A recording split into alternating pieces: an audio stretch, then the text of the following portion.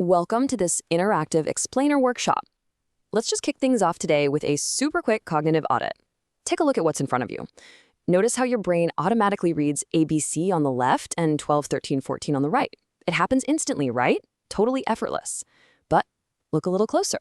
Your brain completely glossed over the fact that the middle symbol is literally identical in both displays. It is the exact same shape. Your mind just jumped to a conclusion based entirely on the surrounding context. And you know what? It didn't even consult you before doing it. Okay, let's test your intuition one more time with a classic puzzle. A bat and a ball cost $1.10 in total. The bat costs exactly $1 more than the ball. So how much does the ball cost? Now pay close attention to what your brain is doing right this second. I bet you're feeling this immediate, almost overwhelming urge to answer 10 cents. It just feels right, doesn't it? Well, actually, scratch that 10 cents, because the correct answer is 5 cents. Think about it. If the ball costs 5 cents, the bat costs $1.05, and together they hit that $1.10 mark. This brilliantly illustrates a pretty terrifying truth for organizations. Even the smartest, most rational managers have a mental autopilot that constantly jumps to the wrong conclusions. If you guessed 10 cents, you simply didn't check your work. Your brain offered up an easy answer, and you just accepted it. So, in today's explainer, we are going to unpack the groundbreaking research of psychologist Daniel Kahneman to help you identify these exact blind spots and make much sharper professional choices. Let's be real. If you lead a team, manage a budget, or evaluate investments, understanding the mechanics of your own mind is absolutely, without a doubt, the most profitable skill you can acquire. We're going to upgrade your mental operating system. Our agenda today serves as a syllabus for your cognitive audit. First, we'll meet System 1 and System 2. Second, we'll cover traps in management choices.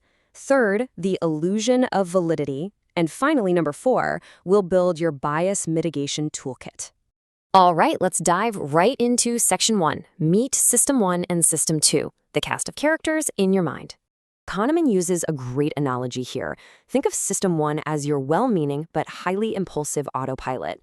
It's fast, it's automatic, it's emotional, and it requires zero effort.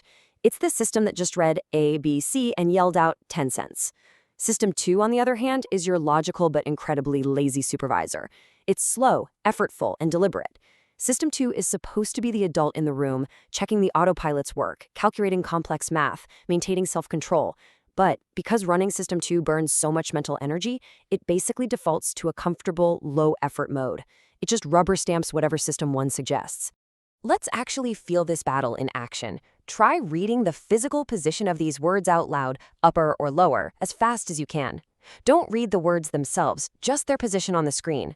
On the left side, it's easy. Upper, lower, lower. Now try the right side, where the words conflict with their actual position. It's tough, right? You can literally feel a physical cognitive strain. That friction in your head, that is your lazy System 2 waking up and struggling to override System 1's automatic urge to just read the text. It takes serious effort to suppress that autopilot.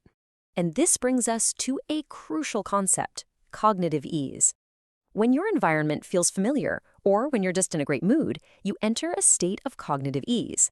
System 1 is running smoothly, and your lazy System 2 supervisor, it just goes right to sleep.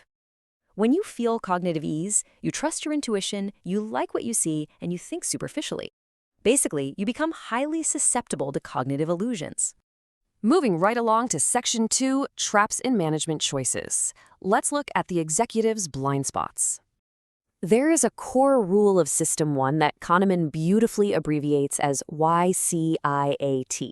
What you see is all there is. See, System 1 measures the success of a story by how coherent it feels, not by the quality or amount of data actually supporting it. It builds this highly confident narrative using only the tiny scraps of evidence immediately available, completely ignoring the massive amount of information you don't know.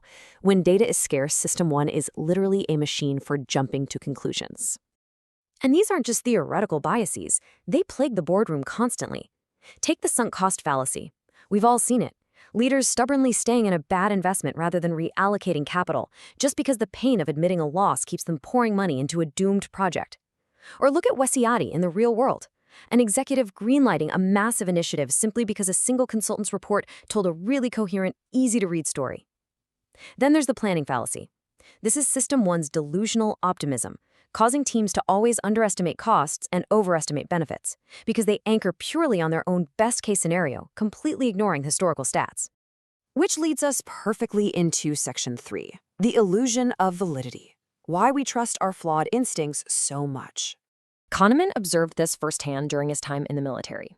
Evaluators would watch soldiers perform a physical challenge, like carrying a heavy log over a wall. Based on just a few minutes of observing who took charge or who gave up, the evaluators felt this overwhelming subjective confidence in predicting the soldier's future leadership abilities in combat. But here's the absolute shocker. When they checked the data years later, those predictions were completely useless. Statistically, they were no better than random chance. Yet every single time a new group carried that log, the evaluators felt that exact same powerful, unshakable illusion of validity. And we see the exact same thing in professional investing. Kahneman analyzed the portfolios of investment advisors at a major firm, and guess what? The year-to-year correlation in their success was near zero. It was almost entirely based on luck. But these highly paid executives completely refused to accept this. Why? Because the daily physical experience of studying spreadsheets and exercising careful judgment creates this incredibly powerful illusion of skill. System 1 feeds them a feeling of confidence because the story is coherent. You have to remember, subjective confidence is just a feeling. It is not a measure of accuracy. So, how do we fix this? Let's open up Section 4, your bias mitigation toolkit, and learn how to audit these decisions. Since we know that cognitive ease leads straight to superficial thinking, simply being aware that cognitive strain wakes up your analytical system too is a huge advantage. It allows you to design meeting structures that purposely challenge the comfortable good mood of groupthink. If you want your team to be vigilant, you actually need to introduce some friction. For example, don't just let the most assertive person speak first and set the anchor for the whole room. Have everyone silently write down their views before the discussion even begins. Also, to combat the planning fallacy and our natural delusional optimism, leaders absolutely must force their teams to take the outside view. The inside view is when you're just staring at your own spreadsheet, imagining everything going perfectly. The outside view requires you to step back and look at the actual historical failure rates of similar corporate projects. You have to ask, when other companies tried this, what was their average cost and timeline? Use the baseline statistics first and adjust from there. A highly actionable way to execute this is psychologist Gary Klein's premortem exercise. It's honestly brilliant. Right before a major decision is finalized, gather your team and tell them, imagine it's exactly 1 year in the future. We implemented this plan, and it was a total, unmitigated disaster. Now silently write out a brief history of exactly how and why it failed.